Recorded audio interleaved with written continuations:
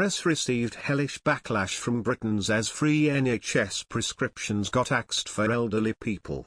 Boris Johnson's decision to axe free NHS prescriptions for the over 60s in England has sparked outrage among many.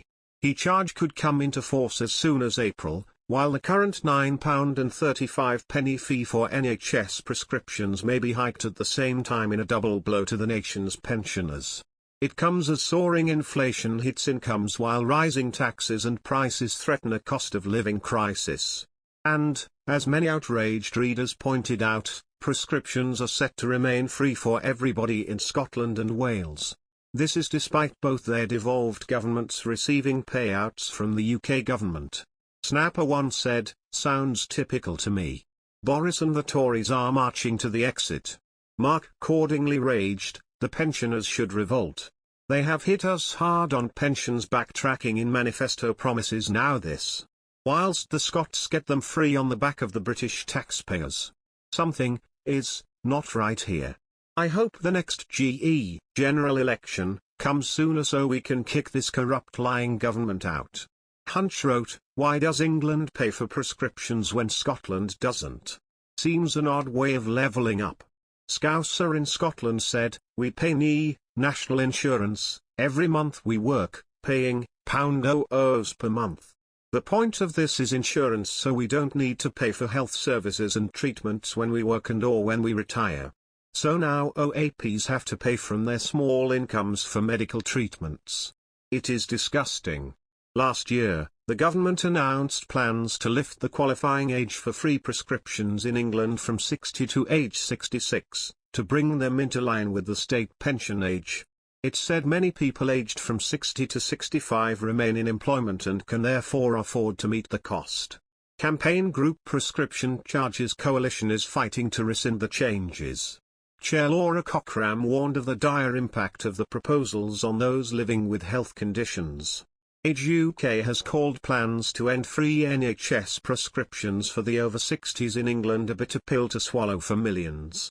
Director Caroline Abrahams said prescriptions are free for everyone in Scotland and Wales and the principle should be extended to England, too. This is because any change means amending the NHS, charges for drugs and appliances, regulations, the same law that gets changed every time prescription charges go up.